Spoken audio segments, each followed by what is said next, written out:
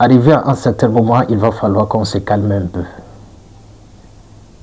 qu'on trouve le bon sens de pouvoir diriger les Tchadiens, qu'on soit quand même sérieux, pour une fois quand même dans la vie. Je prends juste un petit peu un exemple. Si c'est moi l'opposant numéro 1 du pays, je dois causer avec les qui? Les chefs de village, les chefs de carré, les cantons ou bien les sous-préfets. Bien que ces personnes représentent le socle ou bien la base pour le développement de mon pays, je dois me limiter à ce niveau où je vais essayer de projeter un petit peu ma vision de pouvoir causer avec les personnes à l'extérieur de mon pays. Je ne dois pas chercher des partenaires qui vont m'aider à faire décoller mon pays. Mais qu'est-ce que vous voulez nous dire exactement?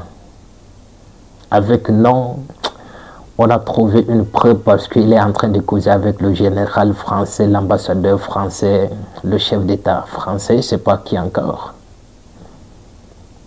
Soyons quand même sérieux une fois dans la vie. Au début, vous nous avez présenté notre président du parti comme un incitateur à la haine. C'est par rapport à son audio que vous avez dit. Les autres ont massacré les autres, même qu'on ne cautionne pas. Parce que la vie des Tchadiens est sacrée. On ne cautionne pas cela. Mais quelle est alors encore l'idée de pouvoir sortir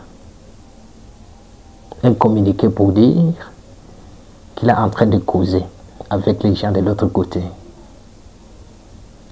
Mais ça, quoi à y voir par rapport à ce que vous nous avez sorti en premier?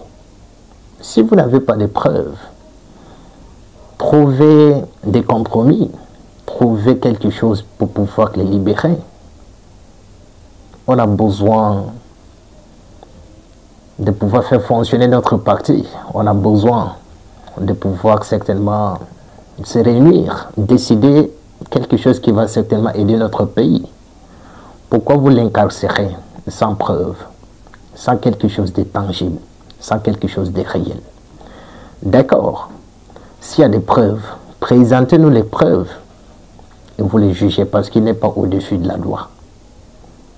Il doit respecter la Constitution, il doit respecter les lois tchadiennes. Mais s'il n'y a pas de preuves, ça sert à quoi? De chercher encore des trucs de gauche à droite pour pouvoir les coller comme étiquette et les condamner. Pourquoi? Est-ce que vous-même vous trouvez ça c'est juste? La justice tchadienne est faible. La justice tchadienne est à terre. Et je vais vous donner juste un exemple. Quand vous regardez quelqu'un en route, il n'a absolument rien. Attendez-vous avec la personne et décidez de lui porter plainte. Vous allez voir la réaction de ces personnes. Ils vont condamner directement cette personne, alors que cette personne n'a absolument rien fait. Faites l'expérience. Moi, j'ai grandi au village. J'ai mes parents qui sont des chefs de village. Parfois, on ne te laisse même pas t'exprimer. On dit tu dois payer l'amende, 12 000, 24 000, 50 000. Pourquoi vous faites ça? Arrivé à un certain moment, il va falloir qu'on arrête ce cirque parce que ça ne nous aide pas. Moi, je suis ici pour pouvoir vous dire des choses cash et ça doit certainement vous déranger, mais je ne suis pas désolé.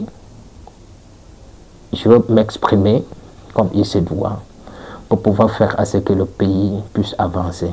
Nous ne sommes pas contre vous. Nous sommes contre l'injustice que vous inculquez aux Tchadiens. Et ce n'est pas possible. Ça doit s'arrêter. D'ici là, portez-vous bien. Donnez-moi votre point de vue dans le commentaire. Vous mettez la vidéo dans votre favori. Et pourquoi ne pas aussi partager? Et certainement, ça va porter notre voix un petit peu loin. Et c'est quelque chose de super intéressant. Je vous invite.